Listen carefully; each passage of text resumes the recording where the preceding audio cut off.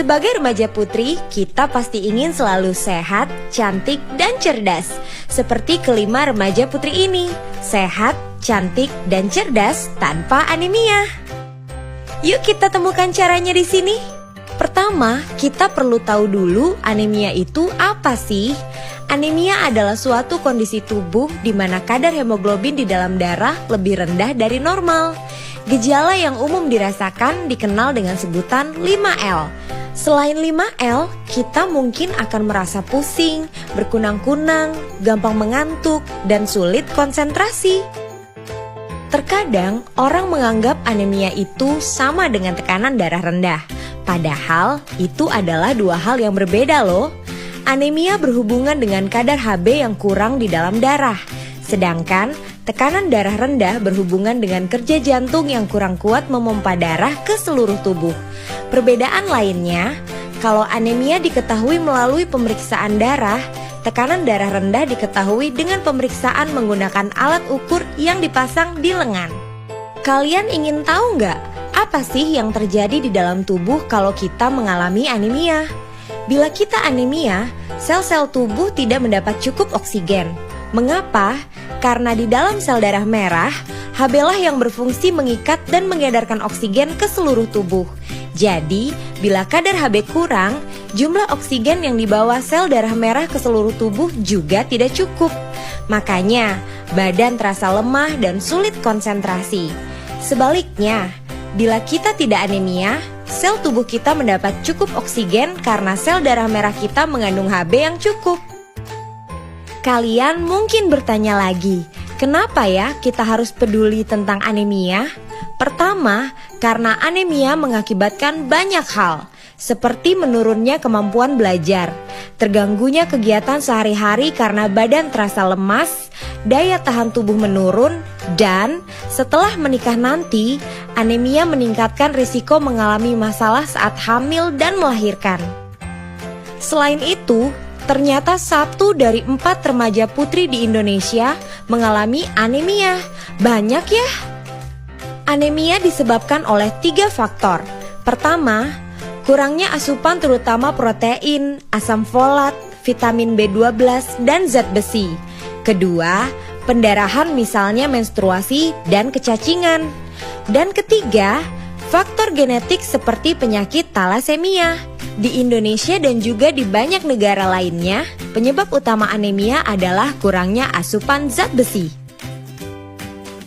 Menurut kalian, apakah remaja putri berisiko tinggi mengalami anemia? Ya, kalian benar. Remaja putri berisiko mengalami anemia karena 3 hal berikut. Pertama, kebutuhan zat besi yang tinggi karena pertumbuhan dan perkembangan yang cepat di masa pubertas. Kedua, kehilangan zat besi akibat pendarahan saat menstruasi. Ketiga, kebiasaan makan yang kurang baik, yaitu asupan zat besi yang kurang, terutama dari pangan hewani. Kalian tahu nggak? Saat kita sudah merasakan gejala anemia, itu artinya anemia yang kita alami sudah parah.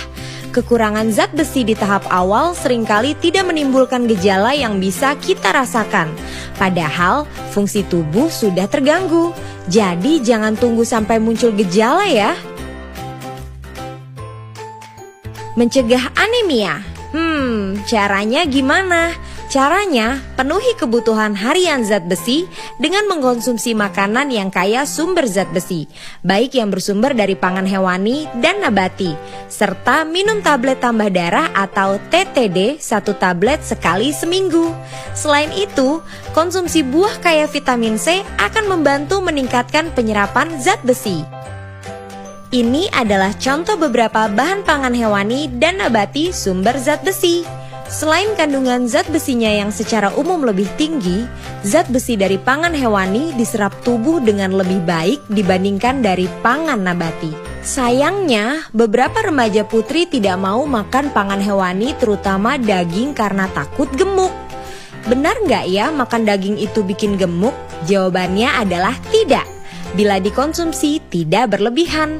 Agar tidak mengalami kegemukan, jagalah asupan kalori agar tidak berlebih dan lakukan aktivitas fisik untuk membakar kalori. Selain mengkonsumsi makanan kaya zat besi, konsumsi TTD sangat membantu memenuhi kebutuhan zat besi harian. Bagaimana cara minum TTD? TTD diminum 1 tablet sekali seminggu di hari yang sama. TTD diminum setelah makan dengan air jeruk atau air putih. Jangan minum TTD dengan teh, susu, atau kopi, karena dapat mengurangi penyerapan zat besi yang ada di TTD. Dan setelah minum TTD, makanlah buah yang mengandung vitamin C untuk meningkatkan penyerapan zat besi. Ada yang bilang minum TTD menyebabkan mual. Benar nggak ya? Benar, tapi hanya pada sebagian orang. Untuk mengurangi kemungkinan mual, minumlah TTD setelah makan. Jadi perut tidak dalam keadaan kosong. Selain itu, tubuh kita akan menyesuaikan, sehingga perlahan-lahan kita tidak mengalami mual lagi setelah minum TTD. Minum TTD juga menyebabkan tinja berwarna agak kehitaman. Tapi jangan khawatir ya, semua itu tidak membahayakan kesehatan. Apakah minum TTD secara rutin berbahaya untuk kesehatan? Jawabannya adalah tidak. Karena tubuh kita mempunyai pengaturan zat besi yang otomatis. Bila tubuh kekurangan zat besi, maka asupan zat besi dari makanan dan TTD akan diserap tubuh lebih banyak. Sedangkan bila tubuh cukup zat besi, penyerapan zat besi akan lebih sedikit. Zat besi yang berlebih akan dikeluarkan tubuh melalui tinja. Itu sebabnya saat minum zat besi, tinja berwarna agak kehitaman. Jadi sekali lagi, konsumsi TTD tidak berbahaya untuk kesehatan. Dan sekarang aku tahu, bila anemia, kemampuan belajar menurun dan kegiatan kita terganggu. Kurang asupan zat besi adalah penyebab utama anemia. Remaja putri memiliki risiko yang tinggi mengalami anemia. Anemia harus dicegah sebelum muncul gejala. Caranya dengan mengkonsumsi makanan sumber zat besi serta minum TTD.